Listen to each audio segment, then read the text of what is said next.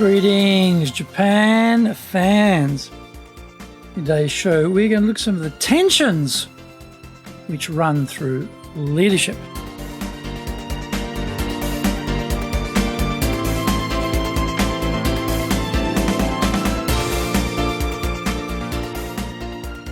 Maishu arigatou gozaimasu, and welcome back to the 7th year of the Leadership Japan series. I'm your host in Tokyo, Dr. Greg Story, your corporate coaching and training guide committed to your success, president of Dale Carnegie Train Japan, and best-selling author, Japan Sales Mastery and Japan Business Mastery. We are broadcasting around the world from Minato-ku in the center of Tokyo, the leadership capital of Japan. Now, this podcast brings insights, examples, and experience about leading in Japan. Trust me, it is different here. Don't forget to subscribe and share this podcast with your family, friends, and colleagues.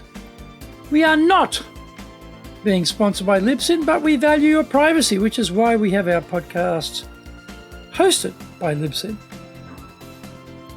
Unlike many other hosting organizations, Libsyn have a strict policy that does not allow access to your private information by anyone.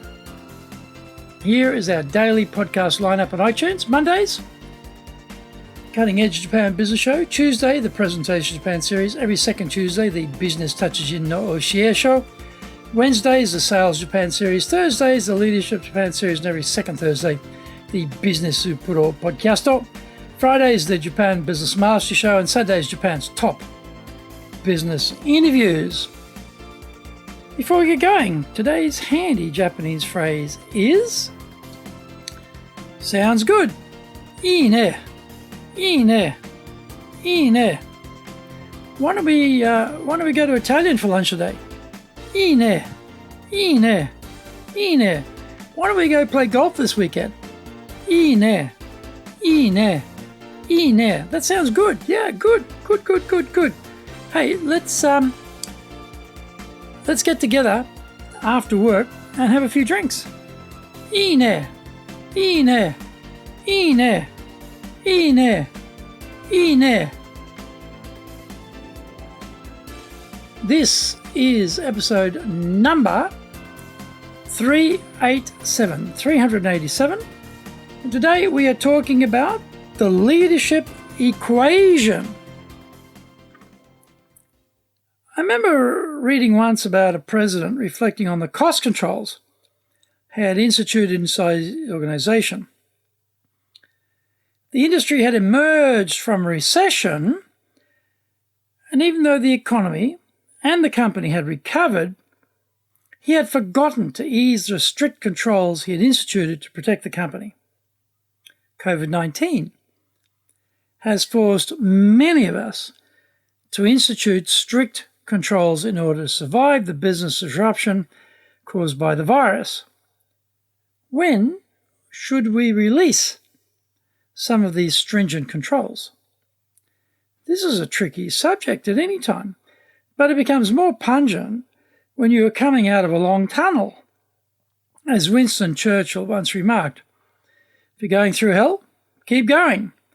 Very clever and witty, but when we have come out the other side of COVID-19 hell, exactly at what point do we need to ease off the vice-like pressure we've been applying to expenses and investment?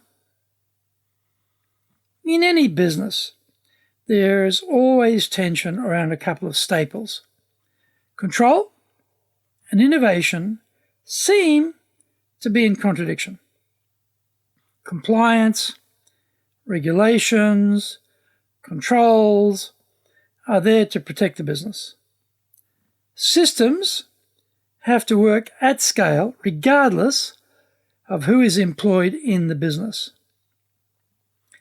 There has to be consistency, and production sequences need to work to make deadlines or to ensure the required quality.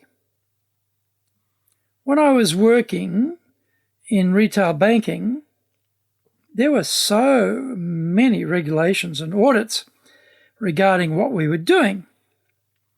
Every process had to be documented and followed according to the letter of the specified designation. People didn't get into trouble for varying from the procedures. It was hiding the variation that proved to be career-ending.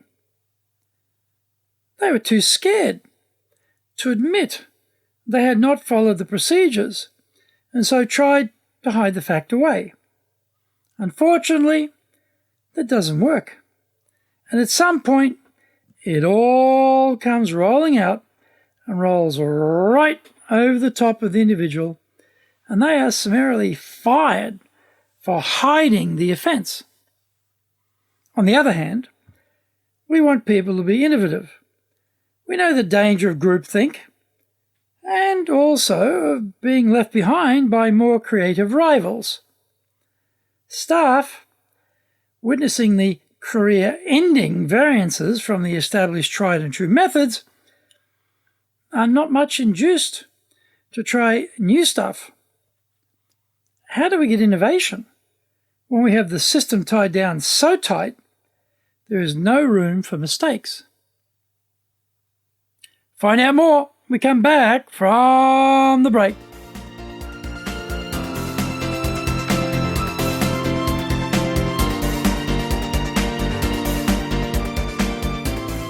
Today's show is brought to you by our public courses, but we also do custom in-house programs. We do these in our Super Safe Classroom. We do them in our live online format, our platform. We do them in Japanese. We do them in English. So today's show is sponsored by, on the 4th of December, from our Professional Leadership Series, we're looking at innovation. On the 8th of December, we're looking at human relationships and communication skills. On the 11th of December, we're looking again in our Professional Leadership Series at analysing problems and making decisions. Our website is at enjapan.dalecarnegie.com. You can find out more about our courses there. If you like learning by watching videos, well, we have tons, over 1,000 videos for you at Japan Dale Carnegie TV on YouTube. We release 3 TV shows every week on YouTube. The Cutting Edge Japan Business Show, that's the premier business show in Japan, comes out every Monday. Fridays, we have the Japan Business Mastery Show. Saturdays, we release Japan's top business interviews, where I interview leaders from SMEs all the way up to the corporate captains of industry on one topic alone, on leading in Japan. So every second Thursday, we also release the Business Pro Television. Don't forget, get my books, Japan Sales Mastery, that's the Bible for selling in Japan, and Japan Business Mastery. Both are available on Amazon.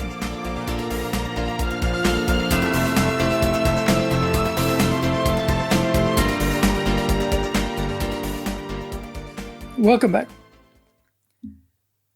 There has to be a different mentality around mistakes. Japan is a mistake-free zone. There have been decades of bosses very publicly screaming abuse at staff for screwing up. This curtailed people's interest in doing anything new or better. The boss has to now take the lead here. The staff need to be told clearly what can't be played around with for compliance or regulatory purposes, but also what is up for grabs. Mistakes can be said to be tolerated, but if the talk isn't matched by the walk, the experiment in 100 flowers blooming dies on the spot. Sounds easy, but just where is the line? How big a mistake are you personally, as the boss, prepared to tolerate?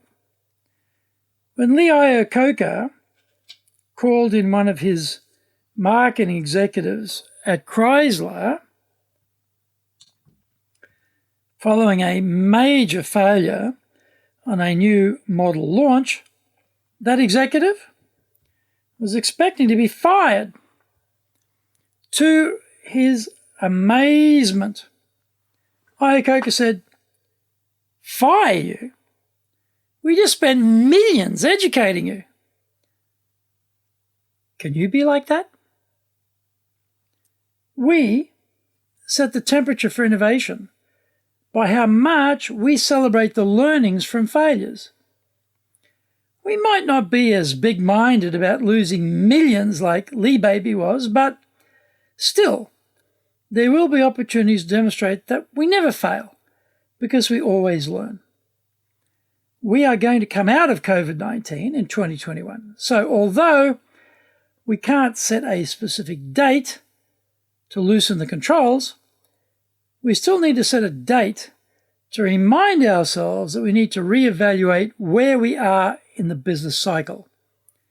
Now is also the time to look for innovation which can be implemented once the cash flow has been stabilized. Plan now and pour in the investment when the time is right, rather than waiting for the cash to be there first and then start the planning. We need systems and rules to protect the company, and we need innovation to take the company forward. It cannot be either, it has to be and. Striking that balance has no roadmap and is difficult to get right. But if we can be directionally right and at the right scale, then we are going to be on the right track.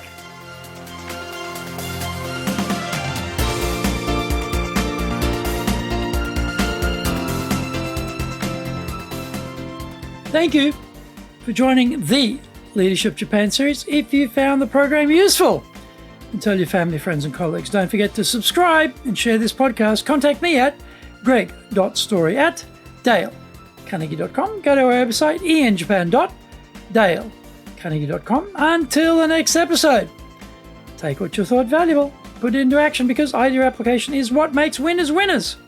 So be one of them. Remember, I'm your corporate coaching and training guy, committed to your success here in Nippon.